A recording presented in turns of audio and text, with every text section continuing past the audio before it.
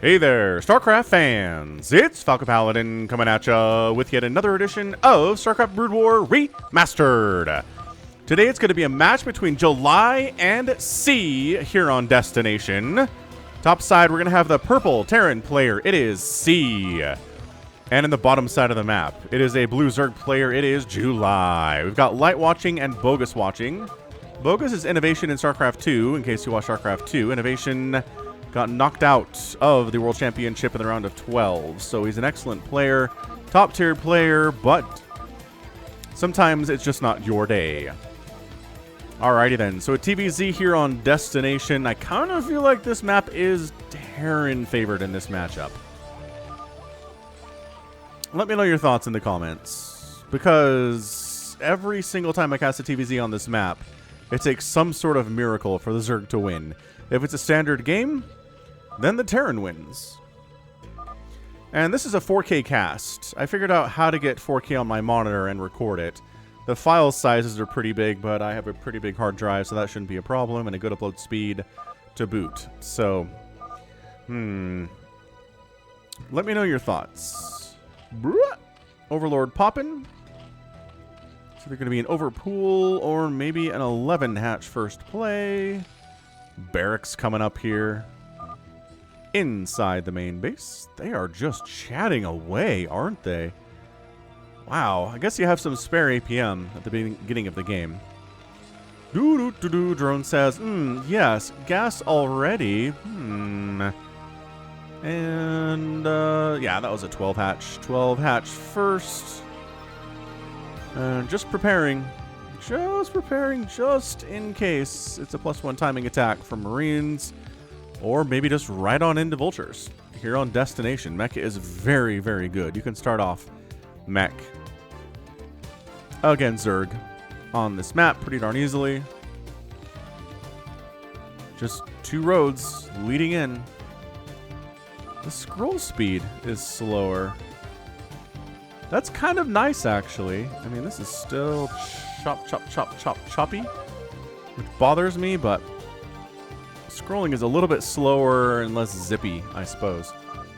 Pool coming up, no gas yet, which means we're not interested in having speed for Zerglings whatsoever anytime soon here for July.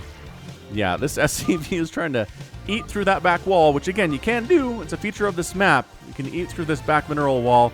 It gives you access to, in this fog of war, obviously, a way around. You'll have to trust me on that if you don't know Destination. We'll get to it soon enough.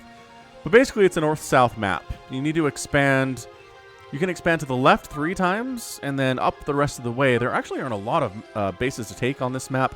I think the most you can get if you're splitting it in half is 1, 2, 3, 4, 5. I guess 6, if you count the back base that is minerals only. So tell you what, let's take a look at the map. I've had people ask for this. I had somebody ask me recently to tell them about fighting Spirit, and I was like, are you? How new to Brood War are you? Welcome, first of all, I'm glad to have you here, but man, if you don't know fighting Spirit, you must be very brand new to the scene, which is totally fine. Expansion coming up here after Factory, and that is a machine shop coming in. This really feels like a very fast Vulture opening. Macro hatch on the way, Sunken Colony already coming up, maybe a little premature. But yeah, see, the reason this is good for Mech is because what I've seen from players like Flash and others is you just kind of set up tanks here, right? By setting up tanks here, you can threaten an expansion attempt from the Zerg. You can protect this space. You can protect this space. You can threaten that expansion attempt by the Zerg. And it's really hard to do any kind of a run-by on the ground at all. Yes, it's wide open. Yes, Zerglings can get some kind of a surround here if you're lucky, but not a guarantee. Additionally, we have... Oh, there we go. We have this, again, this corner base, which is minerals only, which you can access, yada, yada, yada. Mineral field you can mine through. You know how that works. And that is Destination in a nutshell, especially in a TVZ scenario. So, yeah, we're just going right into Mech. Absolutely meching it up. We've got our Vultures cruising around. This is a build I've seen Flash do before. So, see, I don't know if he's copying Flash or if Flash copied him, but this is definitely something that I've seen elite Terran players do against Zergs on this map. And it's just a Hydra opening. I love this. Hydras trade very well against Vultures. Vultures do not like to fight against Hydras at all if they can help it. So trying to cruise up Hydra is moving out.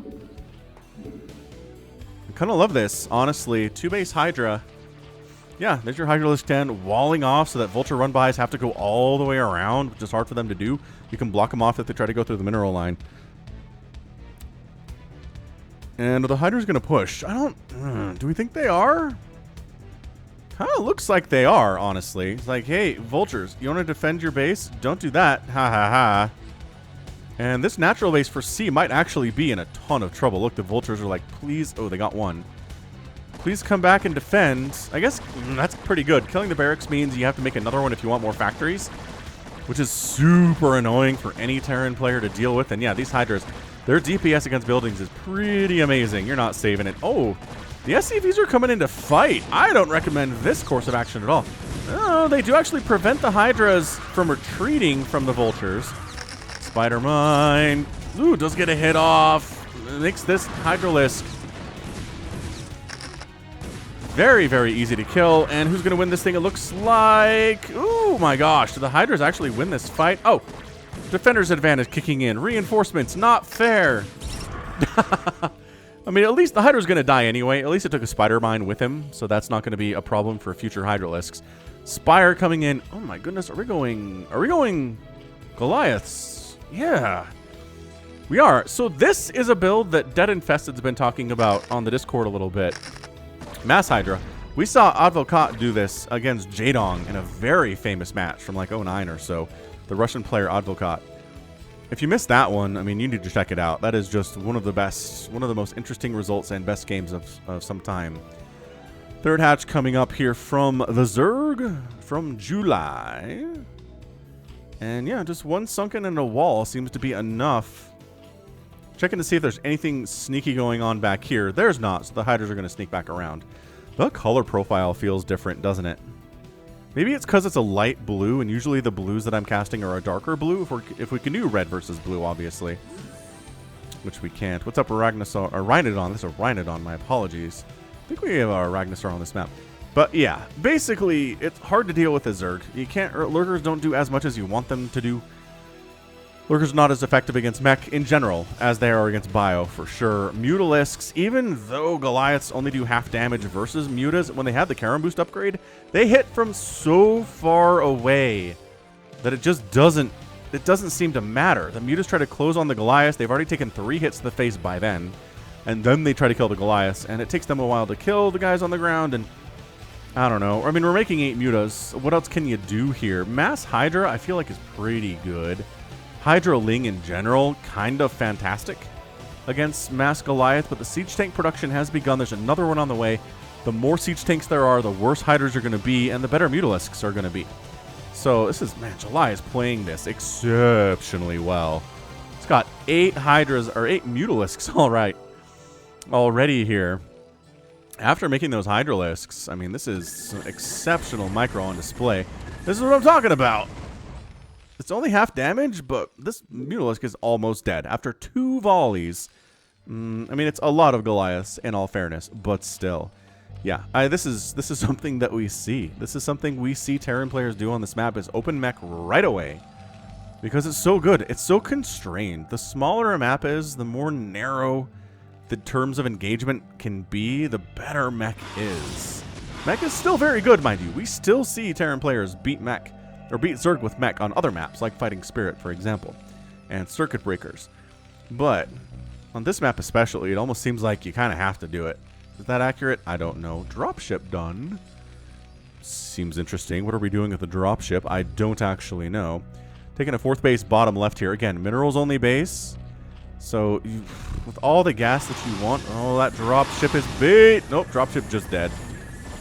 Nobody got baited there. I mean, yes, they did, but nobody died, so it's not an official bait, I suppose, is what we're talking about. Science vessel in production from the Terran, obviously. Siege mode coming in. Bit of a poke here at the front with the spider mines, but we have enough Hydras with range, it just doesn't matter. These spider mines are not going to connect.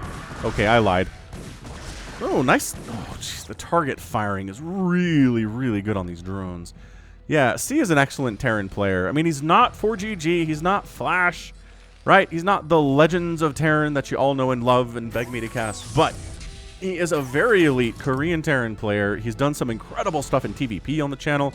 I don't know that I've cast many TVZs with him, but this seems to be going pretty well, honestly. He's up 63 to 49 workers. He's got a 105 to 82 total army supply advantage. The Mutas, again, trade pretty well versus Goliaths, but have to close first, and that means... See, that angle is not bad, but still, a Mutalisk dies. A tragedy has been struck. I'd love to see July expand over here. Overlord's checking to see where are them spider mines. Let's clear those out. Very nice. Very nice. It's mowing your lawn, right? If you don't mow your lawn for a while, it gets really overgrown and terrible. If you don't weed your flower garden or your vegetable garden, or I don't know, maybe you have a playground in the backyard the kids all use.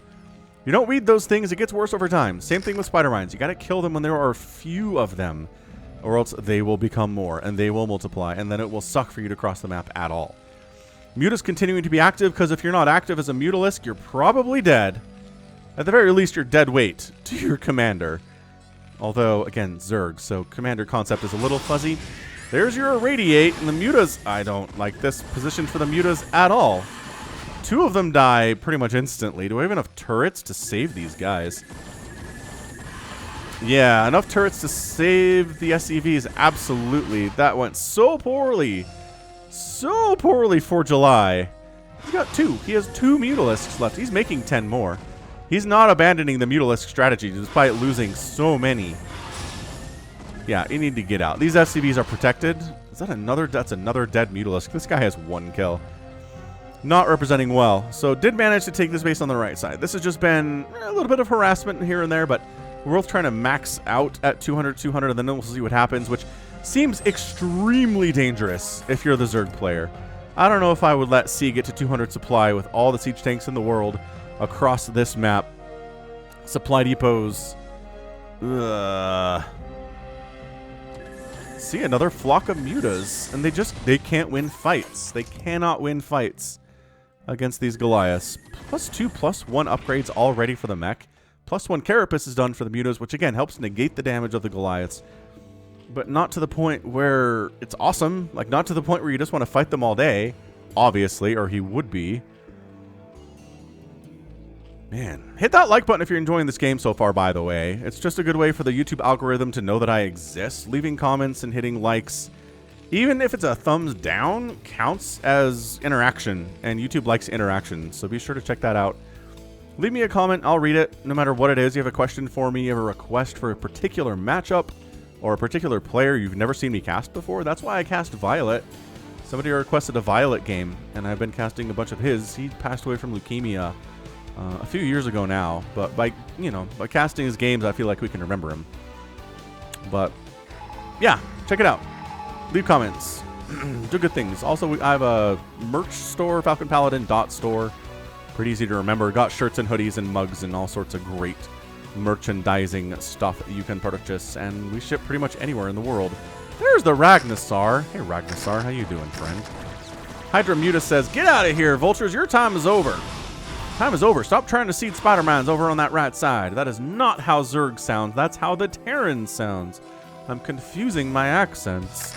But this is getting to the point where, see how there are tanks spread out? It's not a million tanks. It will be a million tanks. Plague's on the way. I love the fast defiler. 6 lurkers coming in here too. We've seen games with the Zerg kind of delays getting defiler for some time, and it always hurts me. You really want to start getting a hive at around 10-12 minutes, which will lead into you getting defilers and plague and stuff at about 14, which is exactly what we're seeing. July is supply block, but he's 166 supply. He's getting an Ultralisk Cavern too. Ultra's not particularly amazing when there's a ton of siege tanks around, even if there's Dark Swarm happening. So we'll keep an eye on that. And this is where it gets tricky. This is where you take the base on the right side. The tanks can't hit it from the low ground. Actually, if they spot right here and they have vision, they can. This one's a little more dicey to take because tanks can definitely sit down here and hit your hatchery with vision. All right, so Ling Defiler Lurker jumping up. Just trying to see what damage we can get done here. At the very least, engaging on the right side. Irradiate's getting tossed down. I cannot tell you how many times I feel like we've seen this very particular matchup on this match, and the first attack is on the right side with a Dark Swarm. It's a vulnerable position for the Terran every time, and it's hard for the Terran to deal with. Lurkers are up here, see, at this 4th base, causing major problems. 5th base, top right, but not enough to replace that gas. And look at this, we're just countering. You just spent a lot of resources to get 2 Lurkers burrowed up at this 1 base. Congratulations. Oh, Muta's on top of everything. The Goliaths are firing from distance, though. Hydra's trying to jump on top of this as well. The siege tanks trade so well versus the Hydralisks, especially with the upgrades. Are there enough Hydras to actually clear this out? I'm not sure that there are, but Defender's Advantage should kick in here, and there's 4 Ultras on the way here too. Anabolic Synthesis is on the way. Bogus throwing out a rectangle comment. Innovation has some thoughts about this. Light has some thoughts about this. And it looks like C has stabilized. At the very least, C stopped the counter attack. Lurkers have still shut down this base.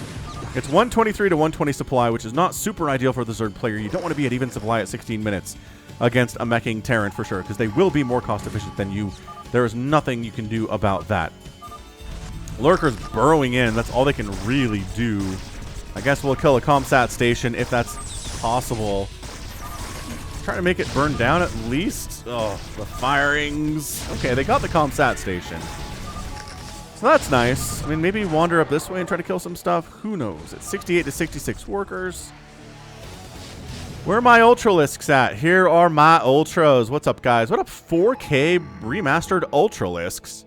How fun. I don't think I mentioned this on the Brood War channel yet, but Somicron, one of my partners in crime, more of a StarCraft 2 fan, but he was like, I bet you can cast in 4K with your monitor. I'm like, it's only 1440p. He's like, well, it has the ability to do it.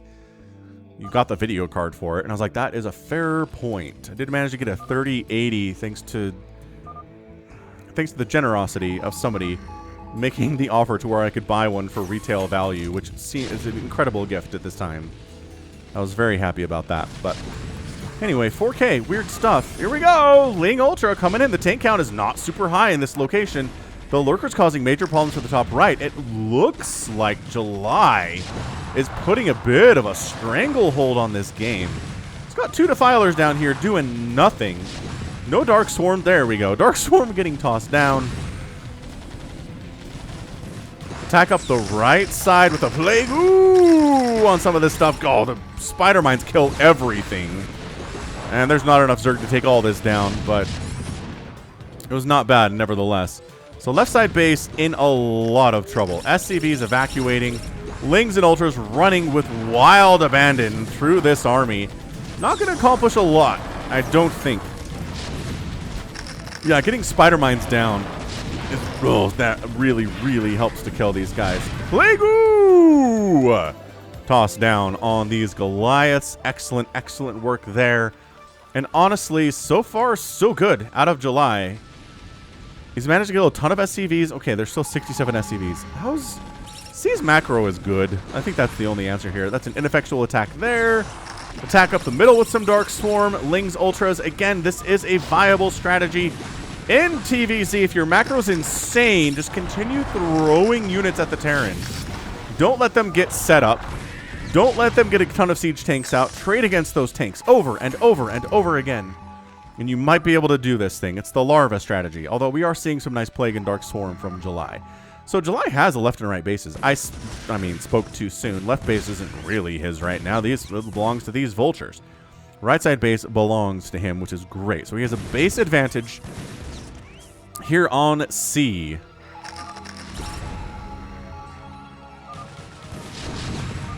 Lings, Ultras rolling up. Tank down. Defensive Matrix tank is not invulnerable, but pretty hard to kill. Got him anyway. We dropping? We dropping, boys. We got to get the drops. That did not go as well, I don't think, for July as he wanted it to. Bogus and Light are just chatting up a storm in this game. And I got to say, they're probably as hyped about this thing as I am right now. This has been some really nice back and forth. Both players pretty even at this stage of the game. C has 145 supply to 125 for July.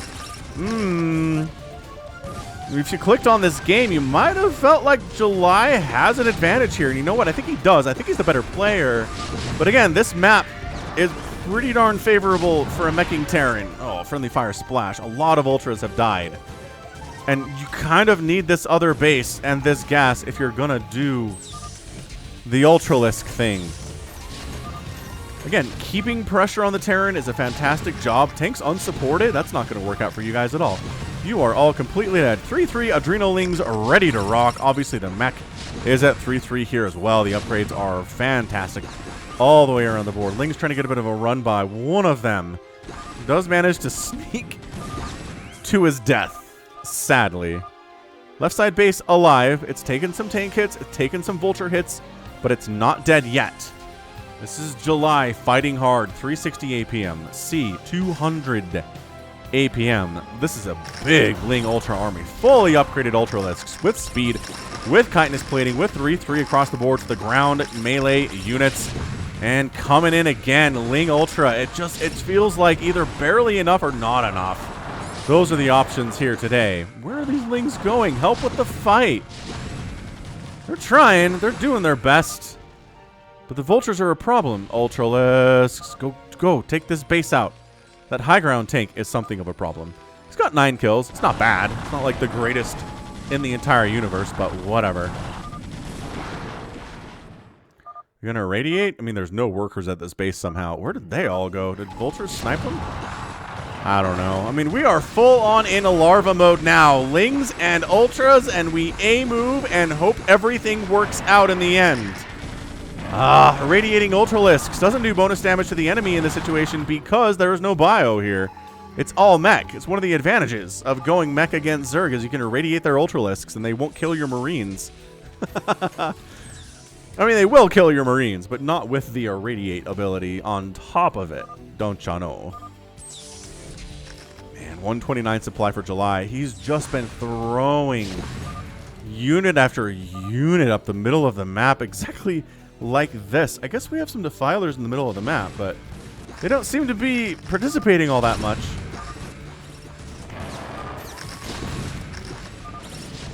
Dark Swarm does get tossed down. That's going to help keep this Ultralisk just alive a little bit longer. Another Dark Swarm. Spider Mines, golly, though. Spider Mines are so good. They are so good. Another great Dark Swarm. The placements of these are elite out of July. This Ultralisk trying to... No, he dead too. 104 supply for July. This is, like I said, it basically takes a miracle for Zerg players to win against mech on this map. Is there a defensive matrix Zergling down there? Is that what that was? Oh, you know what? Ultralisk will do bonus damage versus SCVs. Doesn't matter. He's dead. It's 123 supply for July. Like I said, Herculean efforts are required to win on this map against mech. There's a reason Terran players open up mech here, and this is it. Tanks firing, whittling down these sunken so they can get direct access to the hatchery. We're going to boxer maneuver these suckers. Just thinking about it. Maybe just providing vision for now. Oh, no, we're boxer maneuvering. Sort of. It's like the weakest boxer maneuver of all time. What are you doing? Get in there. Oh, I guess you left your tanks alone, though. They could probably handle themselves. Bogus throwing out a neutral face. Dark Swarm pops, but it's after most of the stuff is dead. Guess what? Endless waves of Lings and Ultras, though. Boxer maneuver. Oh, gosh. Just causing some problems over here. It's 48 drones to 63 SCVs. I don't know, man. It's 145 to 109 supply. It is looking extremely dicey for July. Yes, that rhymed. No, it wasn't on purpose. I don't. Sometimes it just comes out. I don't know what's up. Plague on some vulture likes. Isn't it weird the concept of plague affects mechanical units? Plague, by definition, only affects biological things. So, whatever. Maybe it's a translation. No, because it's whatever. It's just 1998 computer game developers not knowing the concept of what defines a plague. Ling's taking out a supply depot is kind of cute, I guess. You're trading fairly well.